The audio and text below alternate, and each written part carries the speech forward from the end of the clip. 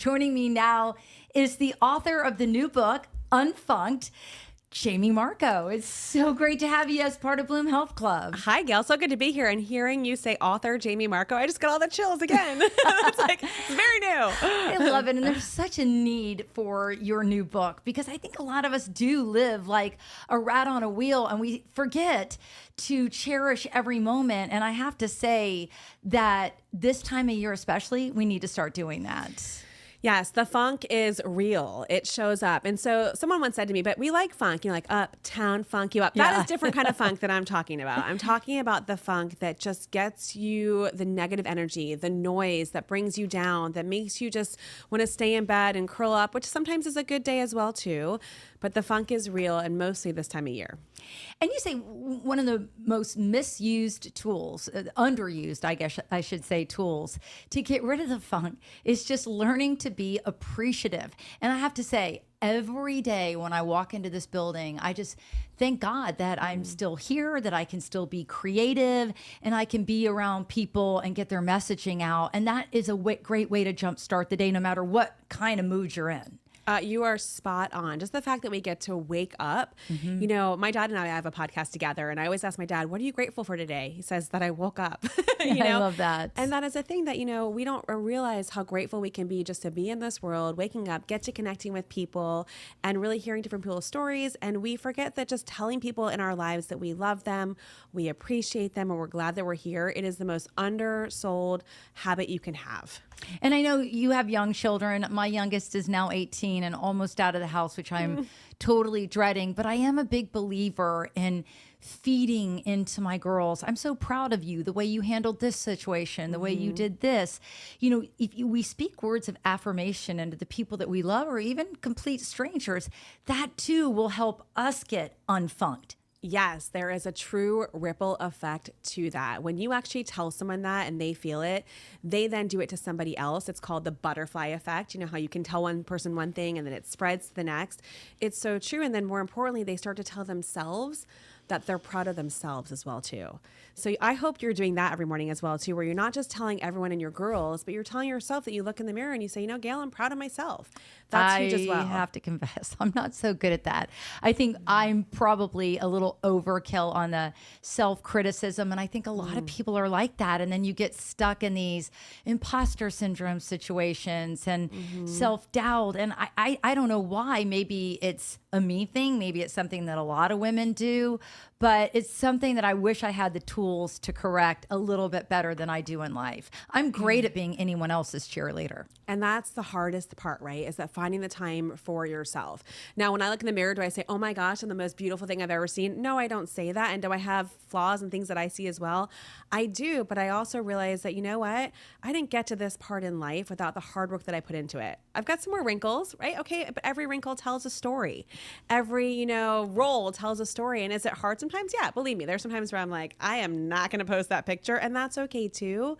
But to recognize more of the good that you bring to this world, recognize, you know, how important you are and things that people need to see, that is huge. And that ripple effect affects your daughters. It affects their friends. It affects us all. Can I tell you a quick story? Yes, okay. Please do. So my daughter has a friend who recently something happened and got a blemish on their face. Listen, at that age, elementary school, blemishes on your face are not fun. And, you know, I've had a pimple here or there. We all have them. Those aren't good. But I was on a field trip recently to where she was like covering her face because she was cautious of it. And so I'm on a field trip on a bus and we're just talking. And I said to her, why are you doing that? Well, you know, people are saying something. And I said, well, if someone's saying something to you, that's not the friends that you want to have. Right. Your friends don't care what your face looks like. Your friends don't care if something happens. It's temporary. Your friends don't care about those things. Your friends care about who you are as a person. And you should be proud of that. And another little kid next to us said, are you a therapist? Yeah. I said, I'm not, but I've learned, and it took me a long time. And so I pumped my daughter with these things that, listen, the people that stand up for you, the people that are there for you, cheering you on, no matter what you look like, what you're wearing, what what you're doing, those are the people you lean into. And that comes around now as well, too, in the holidays. The people that love you for who you are, those are the people that you hold tight. I love that. I love that. I want to bring in my producer, and she's directing Bloom Health Club today, Nacha Castillo. And, you know, I know that Jaime brings a lot of this good energy and helps people bring it in to the workplace. And you and I talk about this a lot, Nacha, that, you know, we have a very small but mighty team. And either we're going to flow and work well together or we're not. But I think because each one of us, Daniel, Terrence, you, Lily, myself, there's that constant appreciation. There's that constant fueling each other to try to lift each other. It makes a daunting job that much easier. I think so. And I think that we have gotten to a really good synergy. As you were mentioning, we were talking about it a little bit ago, because we have all come with the intention of like knowing we're all rowing in the same boat. We're all going in the same direction, and we're a small team, but we can make it happen if we all chip in. Yeah. And you know, not every team is like that. And I think we've all been in places in our life and our career where there maybe was that one person dragging things down, or, you know, kind of the fly in the ointment. But if you can create a shield with your force and your people in the workplace, it really makes the most tremendous difference. And we're all so much more productive. Well, you spend more time with the people you work with than sometimes people that you live with. Right. So that support system is so essential, as long as everybody's brought along, right? We don't forget like one person. And you have a small team who's all been incredible. I'm not just saying that. They really are amazing and make me feel welcomed. But in bigger teams, sometimes we feel like everyone's there. So it's more about really checking in with everyone to make sure that they feel that same energy. You're so right. I love it. I love it. It's so good. So you bring this in the workforce. We talk about this over the holidays, but there are going to be times, you and I spoke about this, and if you're around to watch our globally syndicated show, Bloom, that'll be airing, but this is a standalone streaming podcast that we hope you embrace. But during the holidays, it's tough for people. They have loss. Yep. They have estrangement. They have that annoying relative that just won't stop. Sometimes it's them. Yeah. So what do we do? What do we do? I think, you know, I like to talk about a lot of times you need to just pause. Pause in a moment, because what happens is that we get emotionally hijacked. And sometimes in all the situations where we're over emotional because something's happened or someone's driving us mad or whatever it might be, when we get emotionally hijacked, we say things we don't want to say. Has it ever happened to you? Or you said something, you're like, oh, take it back. Right. Or we don't say something that we wish that we could say. So I like to think of it as a 3-piece framework. Pause, then shift what you're actually trying to do. Shift and say to yourself, you know, what is happening right now? What's happening in my body? What am I about to say? And then think about how you can spark either a different conversation, spark someone to go in a different direction, or spark to where you go in a different direction so that the outcomes are different. But that pause is so essential. Just stop yourself before you say something that you regret and you can't take back. You know, in this season, we think about giving big gifts, you know, big gestures, but you say small kindness really goes a long way. It's so huge. I actually gifted something recently to some people that you may know, and it's a company that I love to use. They're called Sugar Wish. And what I love about them is that you can actually send somebody a gift that they get to choose what they want. It could be candles, it could be coffee, it could be chocolates, but they get a gift that's meant for them. And it's the smallest little details, but it makes the biggest impact. And so something like that, where you think about, what is somebody like? What do they love? You know, I have a friend who loves crazy wild socks. Like, that's just his thing. So I went to the dollar store, like literally with $1.25 now, but $1.25 store, and bought 5 pairs of socks, sent that to him. Gayle, if I could play you the voicemail that he left, he was like, no one's ever done that. And he is, you know, getting probably bigger gifts than just socks, but knew that I remembered the sock. So go back to thinking about, what do you know about that person? What would make them feel seen? It's the little things that make the biggest difference. And you don't have to go shopping at every possible store and spend a fortune. You just have to be intentional about what matters to you and what matters to that person. I love that. I love that. We talked about this at the start of the podcast, but you wrote an entire chapter in your book, UnFunkt, and it is about appreciation. So talk to me about about different ways that we can learn to appreciate? Yeah, I have another framework. It's called see it, say it, stand for it. So when you see something, notice it, be aware of it. So now, I've had conversations. There's a few things I know about you that I'm not going to forget. I will remember forever. But, say it, say things out loud that matter to somebody, say things that, are going to mean something to them, but then stand for it. And I joke a lot of times about that we don't do enough standing ovations. And I will do a standing ovation for somebody for the stupidest, littlest things. I will literally just stand up and be like, you know what? That was great. Well done. But we don't do it anywhere. And I think really it's a matter of those small celebrations. I typically carry around with me confetti, but it's not the messy kind. And I'm saying it now and I'm like, oh, I just don't have it in my bag right now. It's in my car, but it's no mess confetti. And I got it on one of those really great boutiques. You may have heard of it, Amazon. Yeah. But it's no mess confetti. And I have been known just to throw confetti at somebody for something that they've done that's just great and little and different, because we don't celebrate enough. We're always ready to catch those moments that, oh gosh, what a day. Oh my gosh, just want to get home. But there's so many beautiful moments in the day to celebrate. And that's all about appreciation as well, too, is letting other people know that those moments can be appreciated as well. Before we move on, can you please explain to me what no mess confetti is? How does that even work? I'm stuck on that right now. I'm like, I'd Google it if I could. Yeah, it's the most incredible thing. So it's a little pocket with a little handle on it, and you tear the tissue paper in that, and inside are all these streamers that when you throw it like that, all the streamers come out and it goes everywhere, but it's stuck inside. So it's no mess. You just ravel them up and clean it up. Good for cats, I've heard as well, too. Cats like playing with it afterwards. One-time use. Okay. I should have stock in that company, because I know now anyone listening is going to Google and find it. Yeah, no mess confetti. I like that. It's like best. fishing, but it's excitement. Environmentally friendly as well, too. Okay. I love that. I love that. So how did you get into this? I mean, I know you take to stages, you work with corporations, you're a keynote speaker, now an author. How did this all come to be? It just naturally evolved that way. Although my parents will tell you that I came out of the womb talking. But my CV, if you look at it, everything at the foundation deals with working with people. My college degree was in interpersonal communications. I give a shout out to my professor in the book, Dr. Butler, who's no longer with us.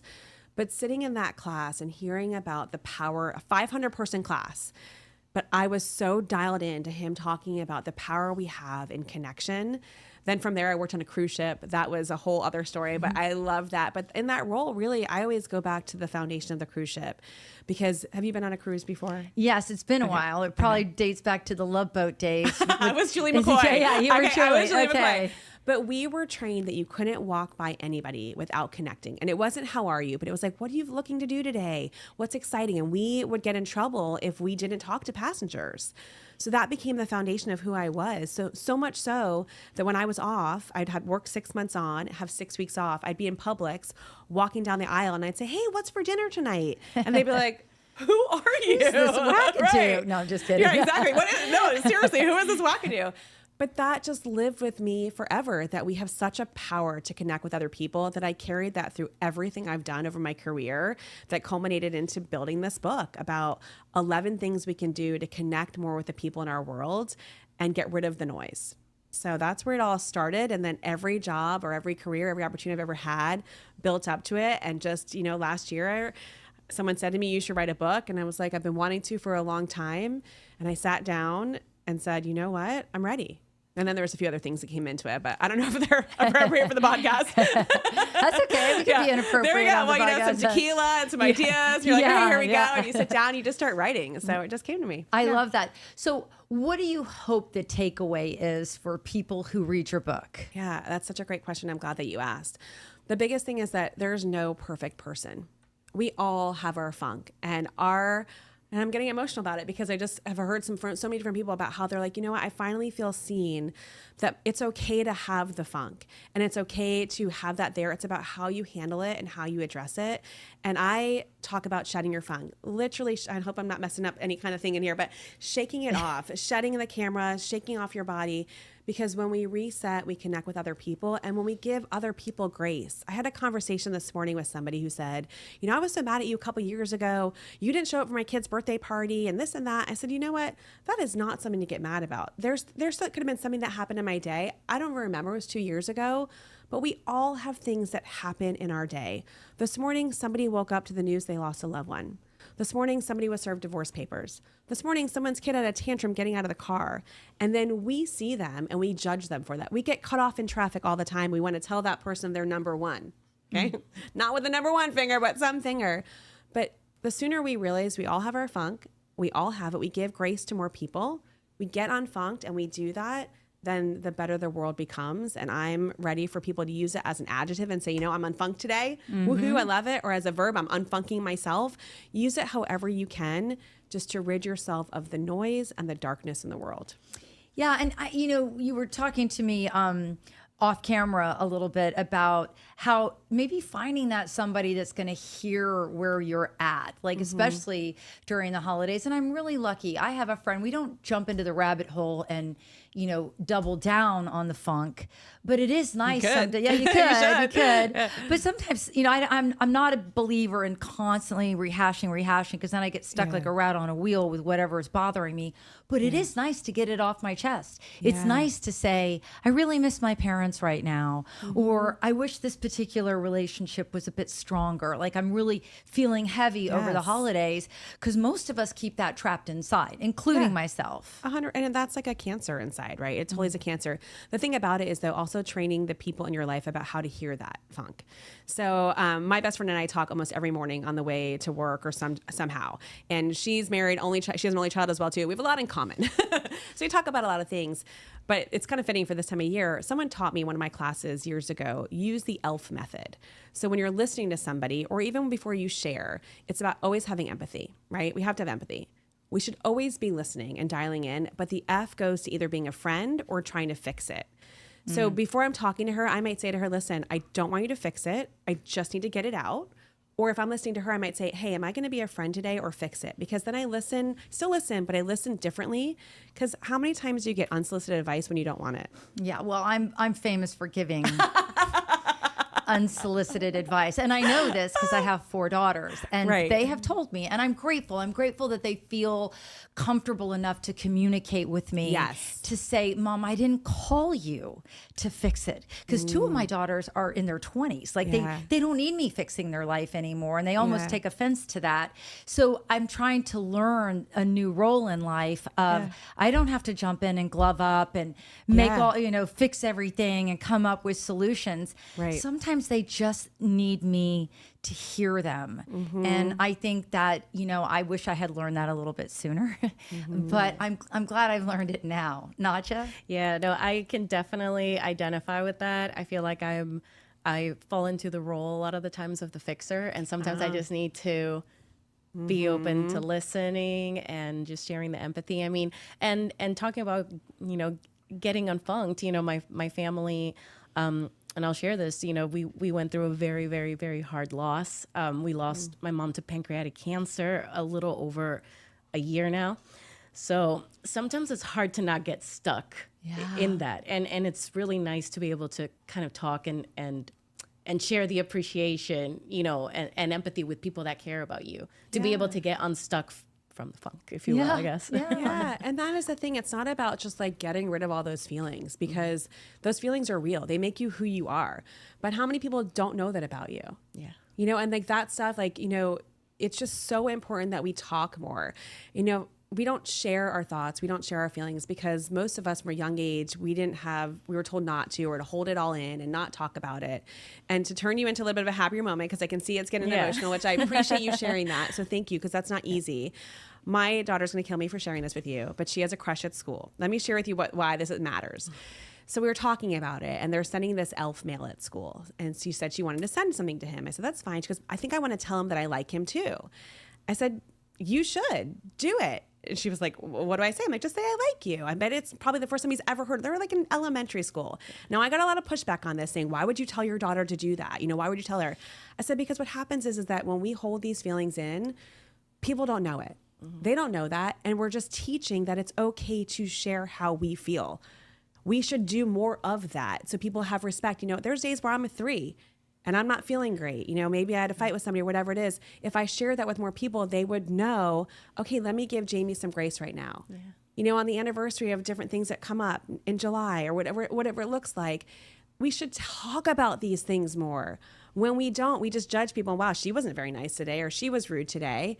But when we make it normal to share how we're feeling, then life becomes even better and your story's told. Yeah. And we don't have to keep it in. Yeah. Now, she did tell him, and he did not react badly. So that's good. I said, he might hate you. He might be mean to you. Who knows? Whatever. I'm not going to put his name on air, but So we're learning through that, though. And those are just lessons of us to learn of who we are. And it makes life even more beautiful, and we all bloom. Yeah, yeah. And I love how, Jamie, you remember July, because I told her that's when both my parents passed. That's the month. And Nacha, you and I have talked about how, like, even though your mom recently passed and my mom passed many, many years ago, probably 7, 8 years, it seems like yesterday, but just by opening up the dialogue, you can have it to where it's okay to feel a certain way.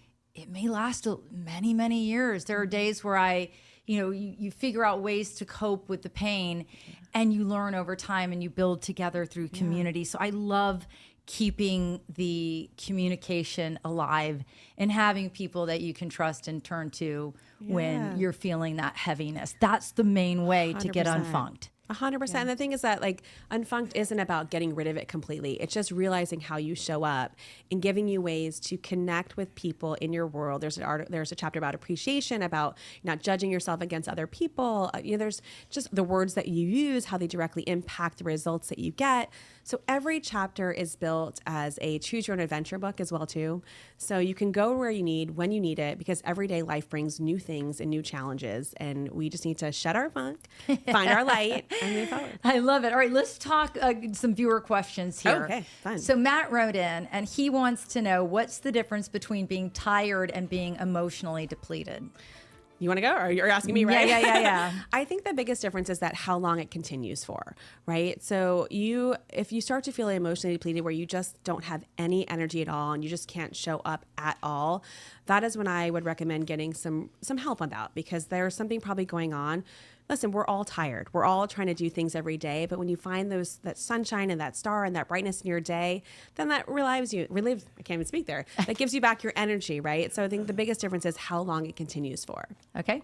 We have about a minute left in the podcast, so let's get to Rapid Jessica. fire. Yeah, she wants, what practices can help you reconnect with your inner compass when you've drifted and fallen into that funk? Sure. There's 2 habits. I would say wake up every morning and set an intention for that day. Write it down, remember it, and live it. And at the evening, every night before you go to sleep, think about what you were grateful for. Those 2 small micro moves help you find your way back to your inner compass. Okay, we have one more. I think we can fit in the last one. Kate wants to know, what is one belief about productivity that we should unlearn in order to begin healing? Yeah, done is better than perfect. I love that. I heard that before, where nobody is perfect. And I think we try to be the perfect version of so many different things, and productivity, just get it done. Move it on. It doesn't have to be perfect. All right. Well, listen, thank you so much. Congratulations on your new book, UnFunkt. It is absolutely amazing. And it's just a pleasure to have you as the newest member of Bloom Health Club. Thank you. I'm so grateful. Thank you so much.